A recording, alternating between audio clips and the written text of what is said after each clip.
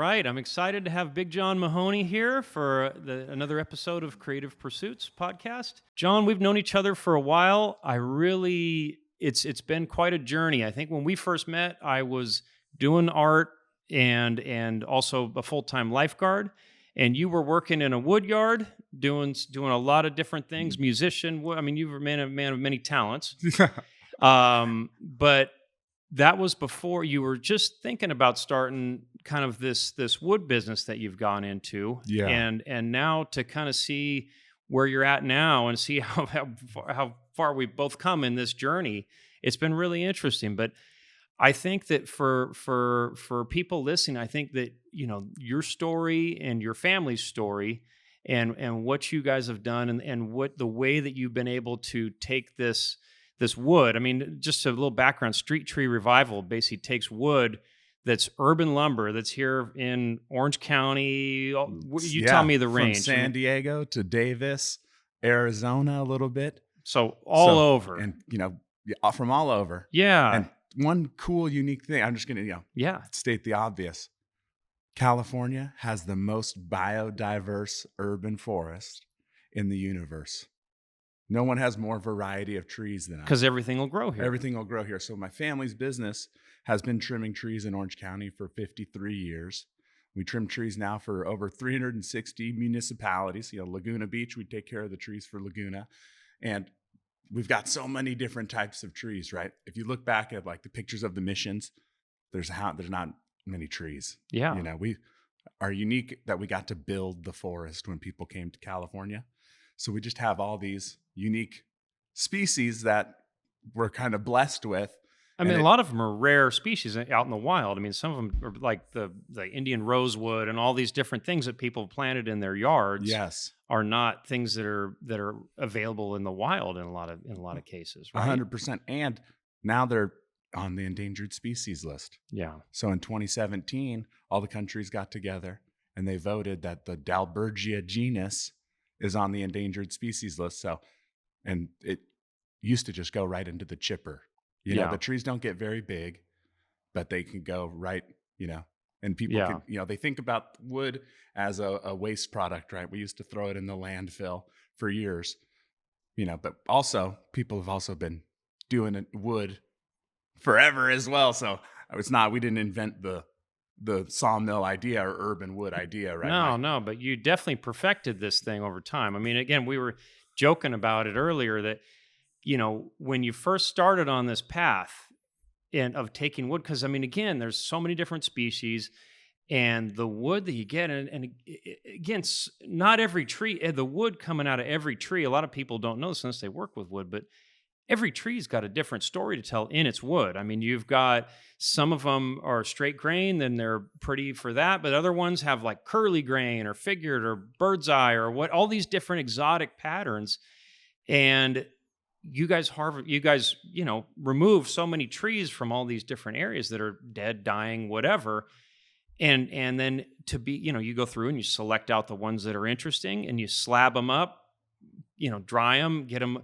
And it's super, I mean, at this point now, it's super high-end wood that's as beautiful as anything you'll see anywhere. And a lot of different species that are not, you know, commercially super prevalent, like even like some of the eucalyptus and stuff. Some of the most beautiful wood I've seen lately are some of these different species of eucalyptus, which historically has always just gone into firewood, basically. Yeah. It kind of has a famous history in California, right? Yeah. There's a love-hate relationship, right? Or I'm sure a lot of people, right, working at the firewood yard and selling firewood, people have a hate relationship with eucalyptus. They think it's unusable, right? Yeah. Do you know how it made it here?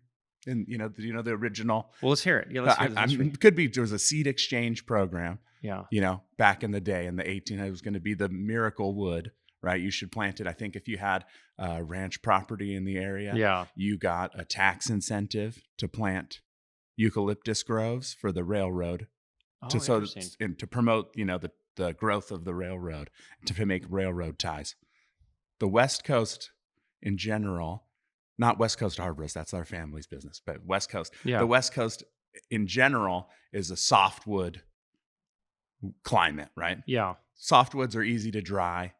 They our environment is so dry here that the softwoods, kind of dominate. So when they get this really hard to dry species like eucalyptus and they try to grow it like softwoods and use it like softwoods, it doesn't behave correctly, right? It twists and cracks. Cracks. Yeah. So it's famous for being unusable. Uh-huh. Do you know how many types of eucalyptus there are in Orange County? No. Over 300 types of eucalyptus. Wow. And all of I did them are not know. unusable? Yeah, there's just a completely unusable genus of tree. So yeah. a part of the journey, sometimes like one in particular we got. So, if we used to cut it in slabs and they would, it takes about an inch per year to dry wood, right? You know that. So we have to plan on the wood drying out in 3 years. The wood would dry out too quickly. Because it's so dry here. So dry. The average, there's this equilibrium chart, and I used to not know this stuff, but now if I want the eucalyptus to behave, I had to, absorb all this. Yeah, well, you basically become a wood scientist at this point, where you know the scientific names, the drying. I mean, you've got this down better than anybody I've ever met. If I wanted to save it from the chipper, right, Yeah. I had to start learning the botanical names, which was great. The greatest thing that otherwise I probably would have never done it or learned it all, because I needed to battle for it from the wood chipper and the firewood splitter. So, but these species, they dry too quickly. We're blessed in California. It's 30% humidity, 75 degrees. On the chart, that means your wood's going to be 7%. That's the average indoor, wood for when you're drying. So like you make a sculpture, you sell it to any indoor facility in the United States. Yeah. It's going to already be at 7%.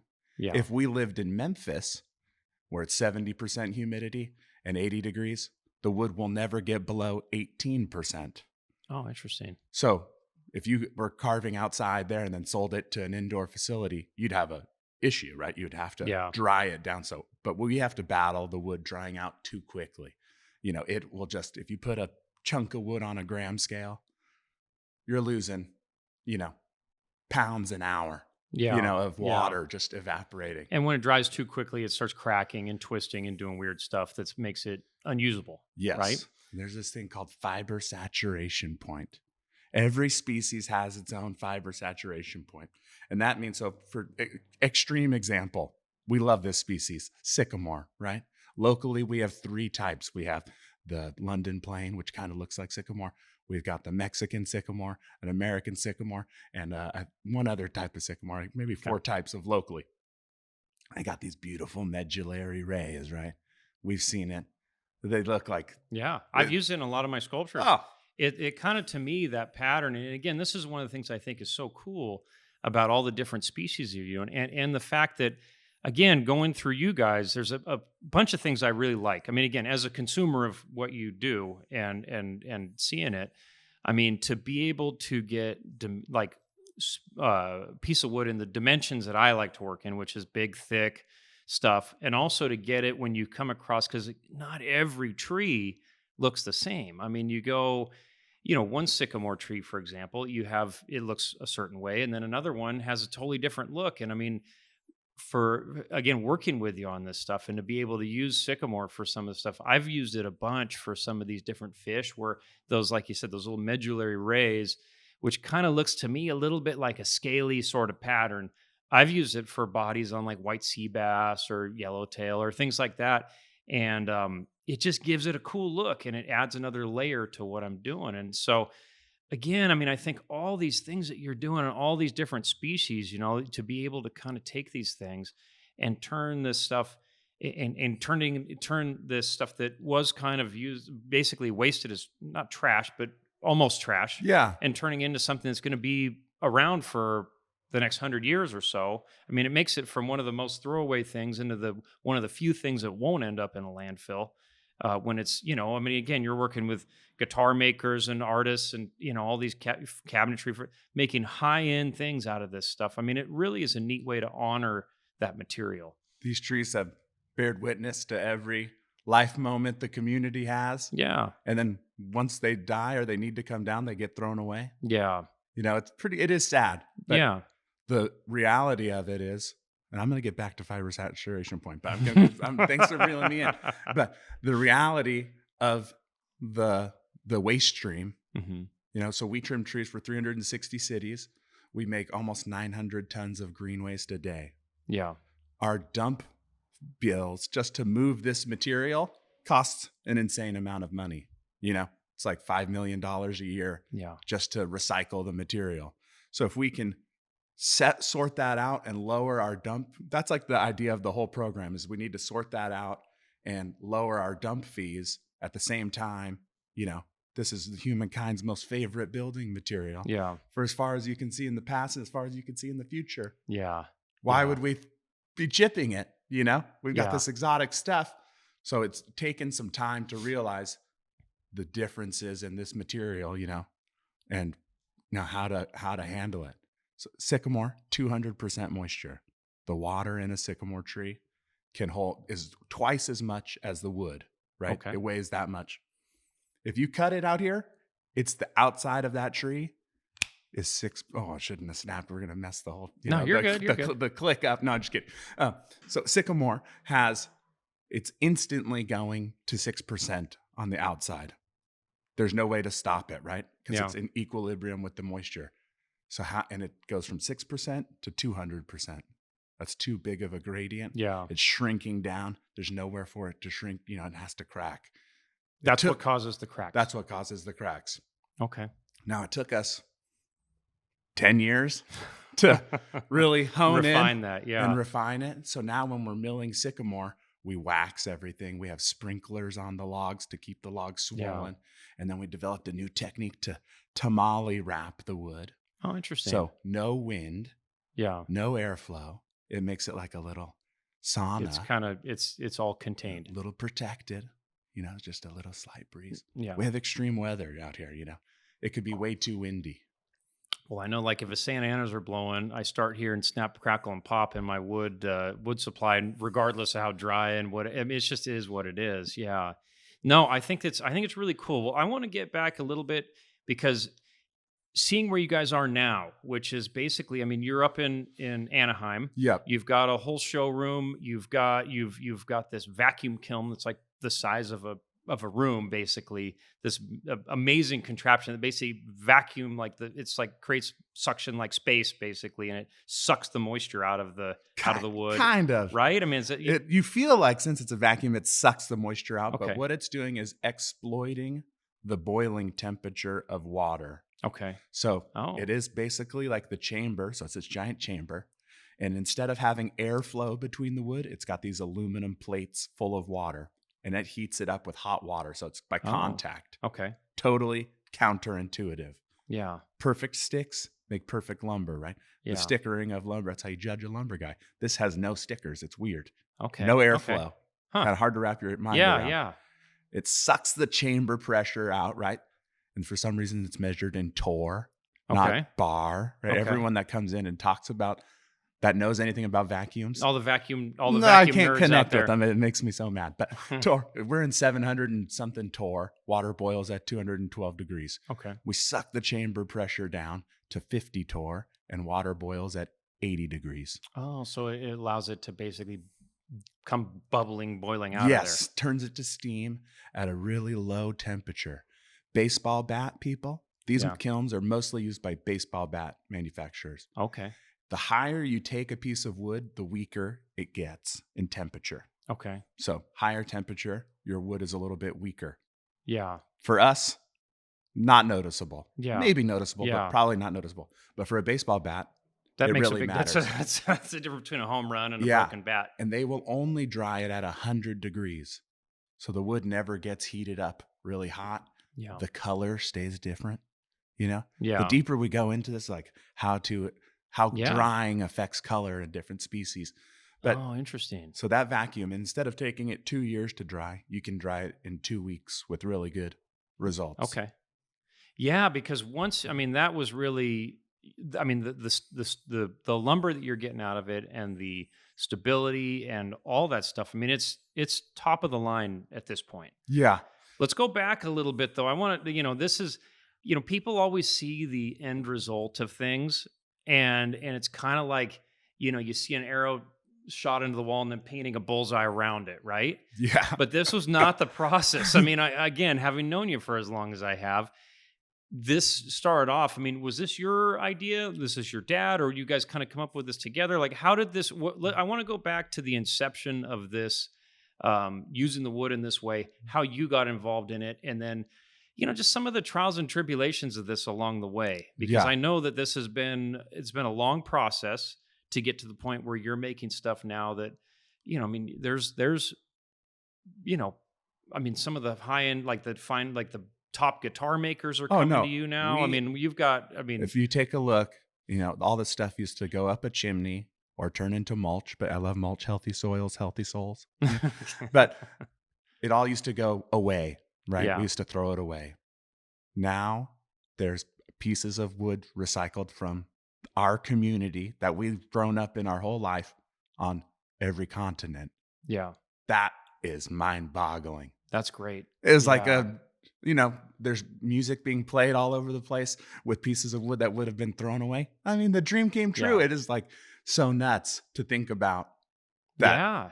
was used to get thrown away, but it was not my idea. Okay, I am riding the coattails, right? You okay, think about Stradivarius. Did he go around the world saying, which my piece of wood? Which one's going to make the best dang yeah, violin? yeah, No, he went in his backyard. yeah, We're going in people's front yards. Tale as old as time, yeah, but really 30 years ago, Cal Fire and through grants, they wanted to start using urban wood, right? And they started these community and urban forestry initiatives. So through a grant, we got our first sawmill. I wasn't into it at the time. And now we know like a sawmill does not make lumber. That's 10% of it. yeah. 90% of That's it, the start. it does not make flat lumber. Yeah, It does not make lumber. It makes fresh pieces of, they're yeah, just it's a raw material. It's really yeah, about material handling. yeah. And So it's 90% of the actual business. 90% of it is material handling. You have to treat this stuff with utmost care, and treat it like a sweet baby. Yeah, And I like to think about it like carrots. yeah, You go to the grocery store, we are managing just big carrots. yeah, They are under sprinklers. They have you got to keep them and treat them right, or they turn into a rotten product. yeah, And since it takes such a long time, 2 to 3 years, 4 years, 5 years, some of the big pieces of wood we're drying can take and we want it to take that long. yeah. Because if it doesn't take that long, it It's cracks. fresh and it cracks. And Yeah, if you make a mistake in the beginning, that mistake doesn't show up for 4 years.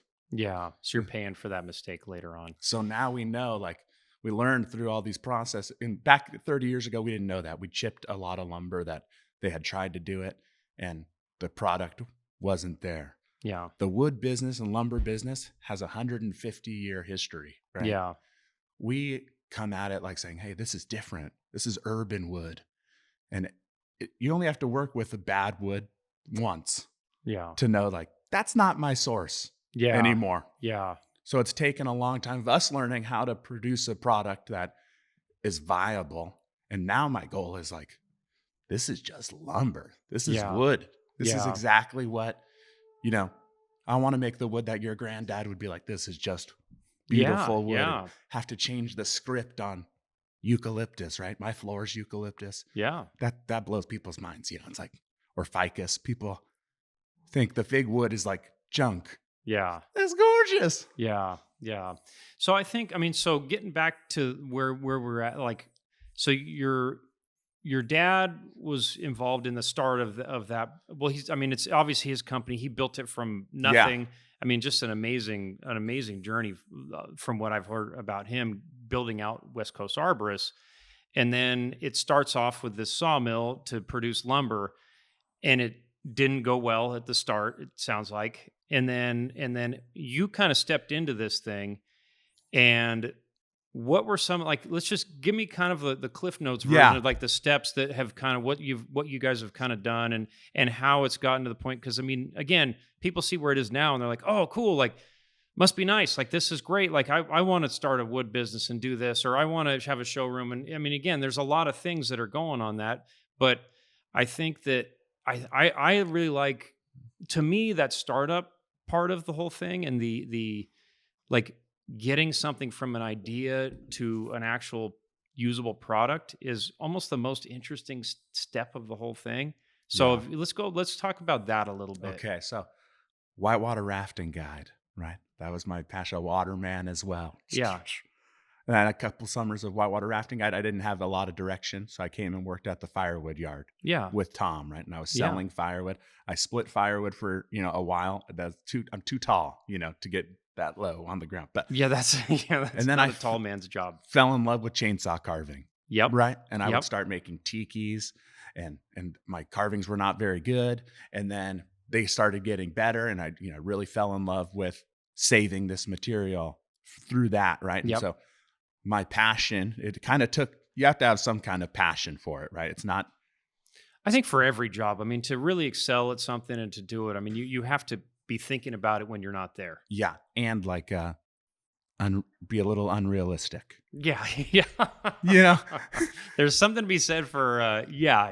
If you're too grounded in reality, nobody would start Yeah, these creative jobs. that's right. You got to put the blinders on and like see the end goal Yeah, and like believe in yourself enough and have a little bit of uh, blind faith, And yeah, but also, I think chainsaw carving, being able to do such a fast, it's the fastest wood removal tool, right? yeah, And you can do fine sculpture with a chainsaw. And I think that with my ADHD, like opened my mind to like, if you just get in there, you can make something, right? And yeah, it was pretty fun. And I had access to all this wood and like, could do carvings all the time. So I'd sell firewood and do carvings. And then slowly I realized like we need to get the urban wood program going again, and seeing it was the 2011 windstorm yep, in Arcadia, Pomona. I don't know if anyone, Pasadena, all these, it was a FEMA emergency. Trees were blown down. It took our company 3 weeks to clear the roads. wow, And that was just the main arteries, right? Huge established trees, right? Older communities have these like massive trees, right? They grew up with no sidewalks, and then now there's sidewalks. yep. There's all these, it's 50, 60, 100-year-old trees that are just getting blown over. and when you in that point, it's a can you sort it all and save it? You have to be that was like an eye opener, like, okay, there's these big events that happen and these big, super valuable, you know, blackwood acacia. People spend lots of money to Yeah, transport that across many oceans, to get yeah, here. yeah, And then all of a sudden it ends up in a chipper. It was like 2011 is like, hey, Tom helped us buy a slabbing sawmill. And that yep, was like the eye opener that we should not be letting this stuff go to waste, and let's go again.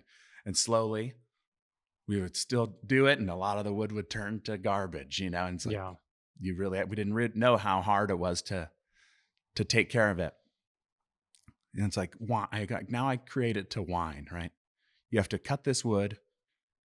And then 3 years later, it's like grapes, right? And it just yeah, takes a long time. yeah, Now we've had 3 or 4 cycles where we've moved through all that material. And every cycle we adjust a little bit. And this is the bummer. It's like you make a change. You look around, that wood's still there for 3 years that you didn't change. And it's like, it hurts, Well, so you don't even know. I mean, when you make a change, it's an educated guess that it's going to have the positive results, but you won't even know for 3 years. Then it sounds like, Yeah. You wow, don't know for 3 years. And there's been these big issues like sticker stain, yeah, sticker shadow. Like, how do you don't know until 3 years later these mistakes you made 3 years ago, right? And so you finally get everyone on the team, and now our team slowly started growing, right? It was me and one other guy, and we'd be, turning the logs and making stuff and selling it out of the yard, onesie twosies. yep, In the beginning, we don't have dry wood. It's kind of really, and people want dry wood, right? yeah. You only have to use wet wood once to Yeah, know I've that learned it's that. not. I've learned that Yeah, so you don't yeah. do it anymore, right? It's like a hard rule. It's counterintuitive in the beginning. You're like, it's doesn't matter. So in the beginning, not that you have to burn some customers, but it's like, hey, this wood is wet, and some people are fine with that and they take the risk. They don't stay in the wood business very long, Yeah. you know. But after the first cycle, now we're starting to have enough material where I'm fully stocked for, I'm now thinking about wood for 2028, 2029, because we've got a back supply. And every little change, it takes such a long time to show up across the board, right? Yeah. And then say, I'm not the boss. I still have people to report to, and they look at a stack of wood. They're like, that stack's been there for 10 years. I'm like, no, that stack has rotated through Yeah. 4 times. And look at the end of it. It's like, big difference. That's a mindset change in a business where there's a lot of material that has to be gone through and a lot of turnover. And I mean, thousands of trees that are removed every Yeah. year. I mean, so it takes a different type of person with a different type of mindset to kind of create that culture. Yeah. Yeah. And think that far in advance. No, but I mean, the nursery, right? The nursery's thinking that far in advance. Yes. But most of the time, you make mulch, you can make mulch and it's a product. Yep. Instantly. Firewood's quick. I mean, Firewood's quick. Yeah. 1 season. So it's, kind of had to change the mindset. And I realized I do love sculpting, I'm passionate about it. It's super fun. Your chainsaw sculptures are great. But then I realized, okay, I can impact, one person, or, I can make one a couple a year. I'm limited at my body, right, too. Or I have this access to this material that I could really focus on, and I get to impact a way bigger group of people, and open this asset to people that used to go to waste. And now it's like, let's get it back into the community. Here, I figured I'd show you, for anybody that's listening to this, just the audio version of this, I carved a shell for a hermit crab out of the ironbark eucalyptus that I got from you. And just the figuring, again, not every piece of wood is the same, but this particular one, it just had all that figuring, all that patterns, all the different things to it that just brings out all this beautiful coloration to it that again, it just adds extra layers to the wood. So it's neat, for you, having seen it from the inception, where it was just a big giant burly funky looking tree, to all these years in cutting, curing, doing all the kiln dry, all that kind of stuff. And now here's the finished product, and so it's just a neat thing to be able to see the full circle of it. It is neat. Yeah. Yeah. And this kind of pattern, you have to be able to recognize it on the outside of the tree, right? Yep. Pattern language. The more we work with this stuff, we can see through the log. Got to have your X-ray vision. Yep. But to see it fully sculpted, it brings a tear to my eye. So tell people about, like, this one. This one has kind of a burl, swirly bird's eye. I mean, there's a lot going on there. But tell somebody what something like that would look like on the outside. Okay, so the outside of the tree, it would look like a poor kid going through the thick of it with pimples. Okay. Just like the worst you've ever seen. Oh, pockmarks. It's got divots. Underneath the bark, it's got pins. Pins are like points. They also call them epicormic shoots. Another word for the week. Okay. And that is like a dormant bud. And if it loses a limb, it can pop out a new limb, right? But those kind of outside patterns on the tree will transfer into the tree. And with really a more interesting looking piece of wood. So what's happening is the tree fibers are growing like this, right? Like a wave. But then you're cutting the top of the wave off. Okay. And so you are seeing end grain exposed right next to face grain.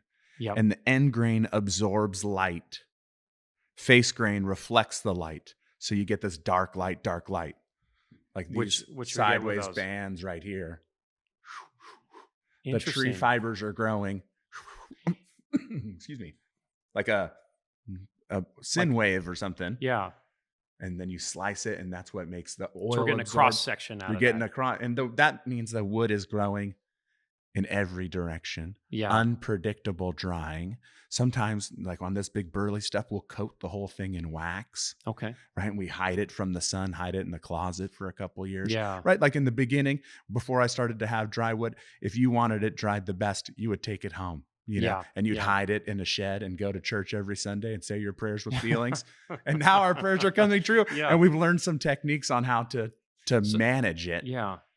And like a piece of like curly, like say the curly, it's got that tiger stripe pattern. Yes, That's a tree on the outside that would look like wrinkles, basically. that's right. So it's in a sense almost these trees like the more hardships that the tree, the more rough, the more challenge. I mean, again, these are all maybe things that are from challenges, growth challenges or stressors or whatever. In a sense, that leads to more beautiful Yeah. finished wood. And they don't know on every species if it's genetic or what the thing is going on, right? Like for Yeah. one pattern that we see in sycamore, you get this kind of ribboning, sideways ribbon effect. Mhm. It's like a curl, but it's on an angle. I know you've seen it, right? And it's like a that happens from the tree growing. Some trees are left-handed, they spin. Yeah. Some trees are right-handed, they spin to the right. Some trees spin every other year. For a couple They years, kinda it'll grow go this left, way. right, and they just And course that's through. what that ribbon is. That sideways ribbon that you see is a Interesting. left-right growth pattern. Makes it hard Interesting. for weird tear out when you're working it. But like the figure pattern in there is amazing, right? Yeah. So in some, I mean, the more stress, the more challenge, because each of these things is a challenge for the tree. Yeah. The straight grained, easy life tree is going to be a straight grained tree that just goes straight up. That results in good straight lumber, Right. but not necessarily the beauty and the figuring and the interesting layers that you'd get from some of these trees that had a really stressful or had a lot of challenges or different things that it had to deal with throughout its life. And every one of these trees is like that, is challenged because soil compaction, Yeah. all these, these trees aren't native to here. They're fighting all Yeah. these things. They're in an urban environment. They're dealing with crazy amounts of smog, but that results in like, special stuff sometimes. Yeah. Isn't that interesting how that, yeah. And I appreciate you working with these and eucalyptus in general because it had such a bad name. People just think it's unusable, but they're, don't believe everything you hear. Yeah. Yeah. Well, it's nice to dispel those myths about some of these things. And the fact that you are treating it as well as you do to be able to have a quality product that I can then take and make into something that's a lasting piece. Yeah.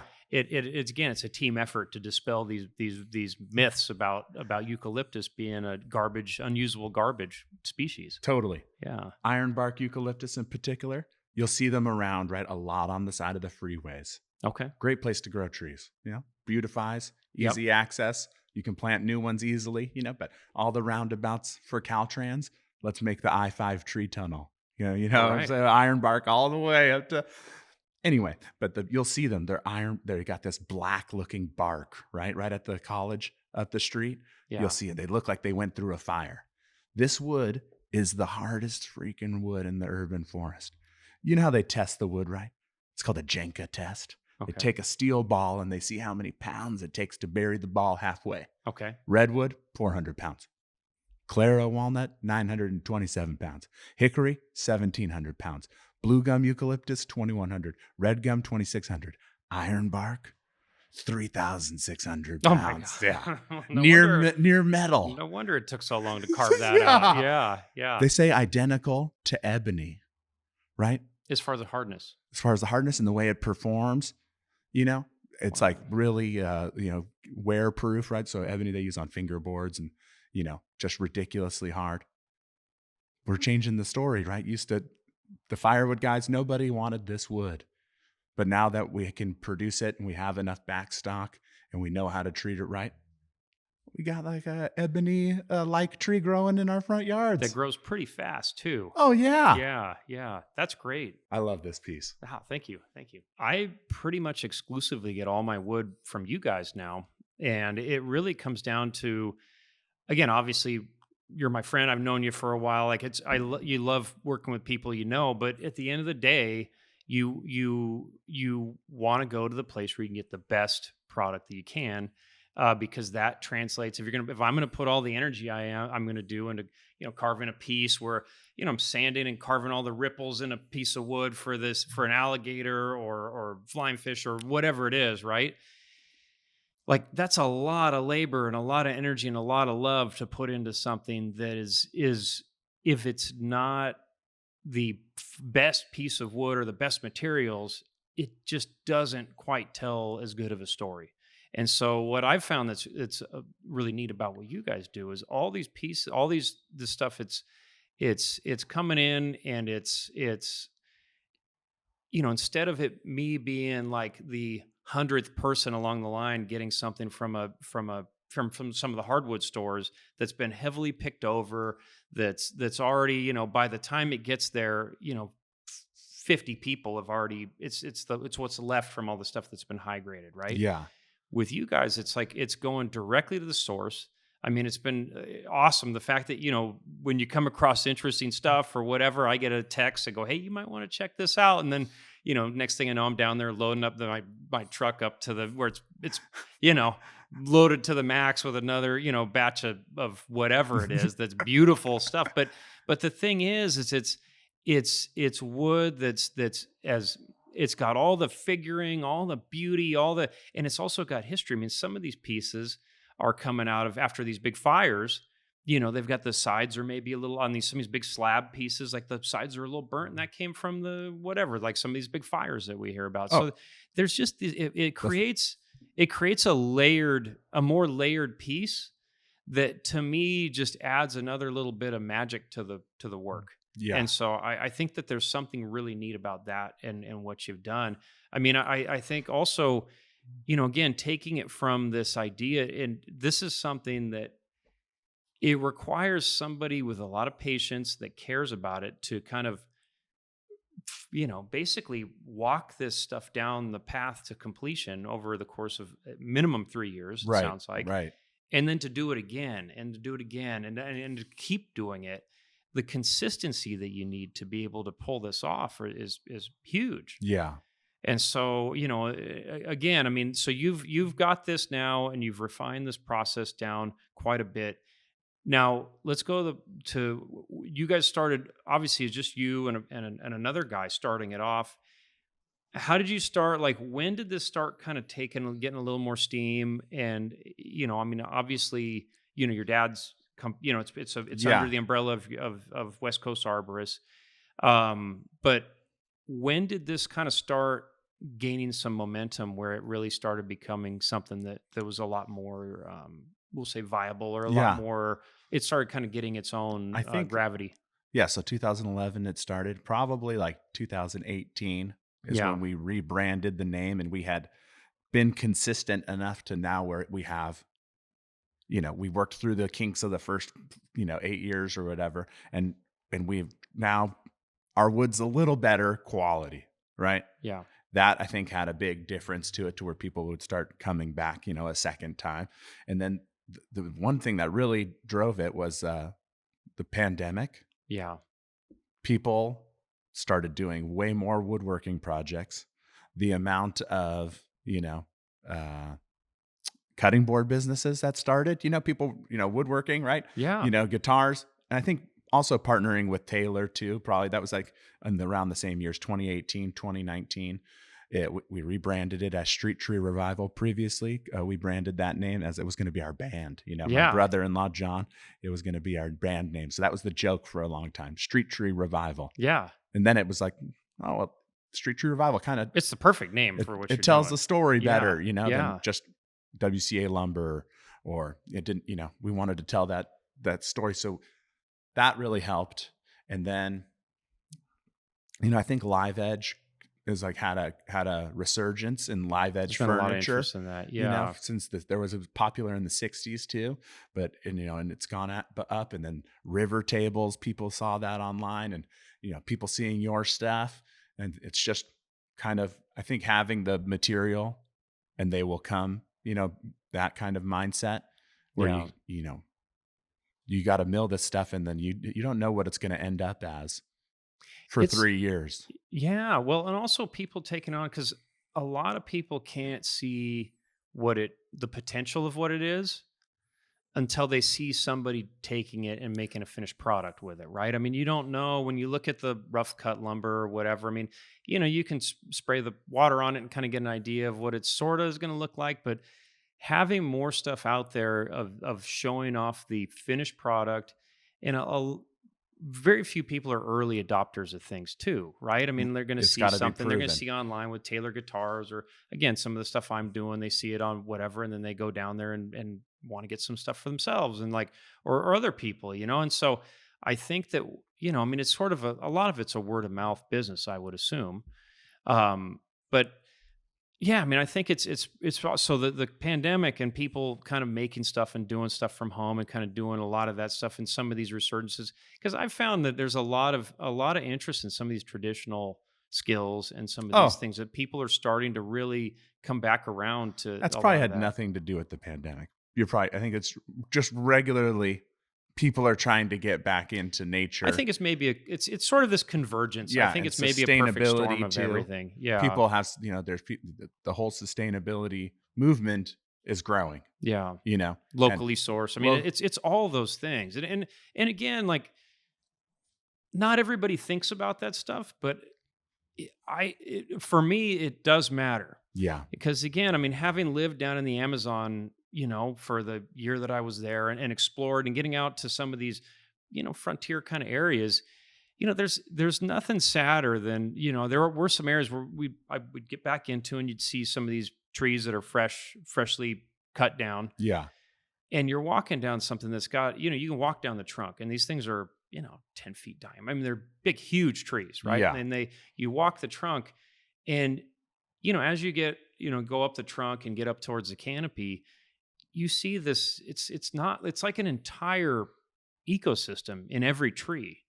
And so there's, like, each tree is almost like, it's like a hillside of life. It's an yeah, entire, like, again, I mean, you can equate it to like a coral reef or whatever, but each tree is that. And as you walk up the trunk, you get up into the canopy, and there's thousands of, orchids and bromeliads that were all living there. There's all the different, I mean, there's species that nobody even knows about that are probably, yeah, that are living up in 100 these feet things up or 100 something. feet up. So there's thousands, just these whole ecosystems of stuff in these big trees. And the big trees are a lot of the ones that are being harvested for, mahogany and all these things. And a lot of them are almost extinct out in the wild. And so, having seen that, it really brought home, once I heard about what you were doing and saw some of the stuff, it really made that resonate to me, because this is something that's coming from our urban jungle here in California or wherever, in this area. And it's a tree that's already, like, been blown over or died naturally, or had to be removed for whatever. It's not coming out of some jungle. And so it really, like, it's on so many different levels, like, it matters. And it's kind of, again, you want to invest in the world you want to live in, right? And so for me, like, I mean, I use a lot of wood, a lot of all this stuff. I want the best stuff. I want to get stuff that's going to make my work look as good as possible.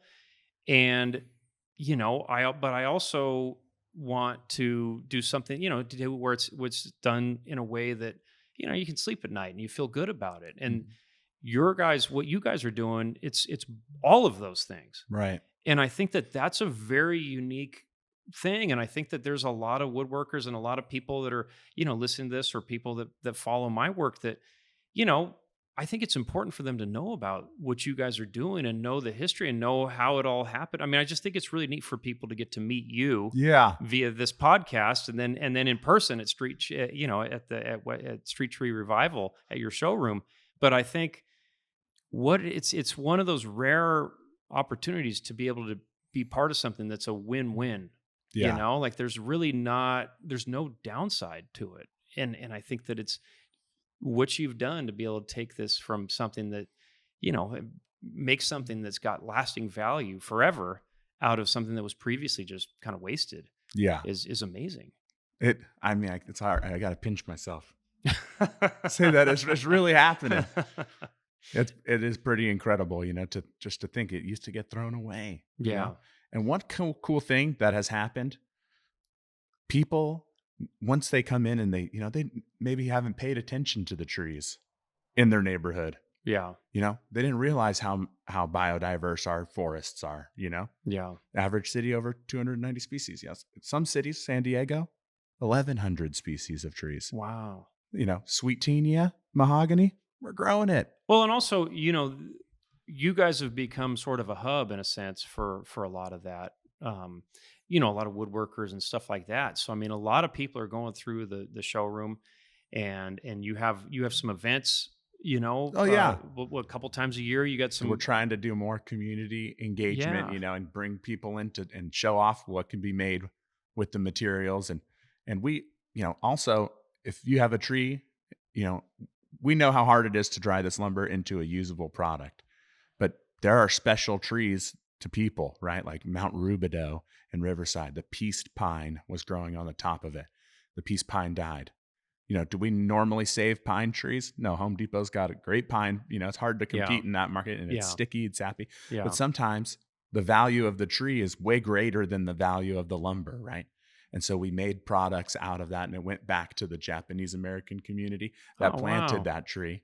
It's like a cool, you that's know, really cool. ties it back into the community. And that's like the best part about it is these trees get to go back into the community. But every year, this is like we also plant trees too, right? So we plant trees for the communities that we have contracts with and throughout California. But last year, this is like, I'm about to swell with pride. Every year I get to see the removal numbers, right? Certain years because of storms, right? And there's perfect storms. So, and up in Sacramento, we lost a ton of trees a few years ago. But this last year, we are officially planting more trees than we removed. Wow. And it's been a goal for a long time, right? We're talking about canopy loss now. We have all this inventory data on all these cities, and we can see what the canopy is, right? And we have to plant more trees. So this is our first year that we have more growing grounds, and we make these trees available. So we're probably the only lumber, because Home Depot sells trees too, but Yeah, I think these that's unique really trees cool. make Yeah, it pretty happy, pretty it's the prideful. it's the whole yeah. Well, it's the whole. It creates the whole ecosystem for stuff, and I think it's really neat. And for again, as a hub for people that are interested in that and woodworkers and enthusiasts for you to kind of create something, because we're all, as someone that does do work, I mean, it's real easy for it to be for people to get kind of, craftsmen to get isolated, where you're basically kind of like a troll in a little cave, and you're working. But it's like all these little islands of people, and everybody's got things that they do and they're interested. But it's I think it's really important for our community of people to have these ways for everybody to kind of get together and kind of create bridges between these islands. And I think that that's something that you guys have really done a really great job of doing. I'll tell you, this has been so fun chatting with you. I'm so stoked that we came out here, and I just what you're doing and what you guys create, and the product, the quality of the product. I mean, it's just one of those rare things where it's just a win-win on all levels. Hey, thanks for having me. And, the materials are available. They're here, they're growing, and we're just increasing the biodiversity over the next 50 years, right? We're planting trees from South Africa, Australia, all these unique stuff. So, and it's all going to become available. We're setting the path now between the islands so Yeah. that this process and saving these materials and kind of not mining the waste stream, right? Just making the paths there so that in the future it's just going to be more and it's going to be better, and we're perfecting it every day. It's pretty Oh, fun. that's awesome. Well, anybody that's interested, everybody should go down and see your showroom in Anaheim Whoop, at whoop. Street Tree Revival. Just search it on your phone, it'll pop up. But go check it out. Meet Big John. The whole crew down there is super nice, super helpful, and there are every time it's like I feel like a kid in a candy store. So thanks for coming down. Thank I you, really Casey. appreciate this talk. Thank you for taking the time. Anytime.